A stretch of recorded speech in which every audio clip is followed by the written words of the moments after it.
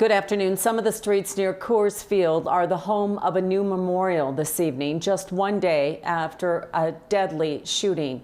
21-year-old Isabella Thallas was shot and killed yesterday near 31st and Fox. Police say Darian Simon was also shot. He survived his injuries. Police released some new details today, saying a man shot this couple over a confrontation about a dog relieving itself near his apartment.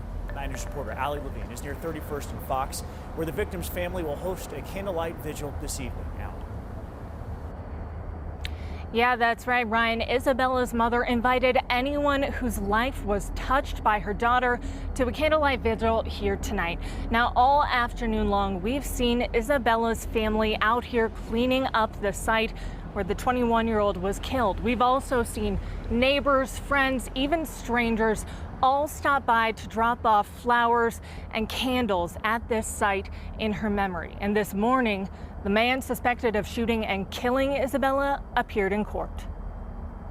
Police arrested Michael Close in Jefferson County yesterday afternoon. He is being held on suspicion of first-degree murder and aggravated assault. According to an arrest affidavit, Darian Simon was walking his dog with his girlfriend when that shooting took place. Simon told police he gave his dog a command to relieve itself. That's when Close started to yell at him out his window. Simon says he ignored that yelling. Then he heard gunshots. He ran until his injuries stopped him. The affidavit says Close left in a black Mercedes. The Park County Sheriff's Office stopped him just after 1 o'clock. Deputies say they saw a rifle and a handgun in that car. Close is being held without bond. The judge also put a protection order in place for the surviving victim, Darian Simon. Now, I spoke briefly with some members of Isabella's family today. They say they really want their privacy respected at this time. Now, with their permission, we will be at tonight's vigil and will, of course, respect their wishes. Kim?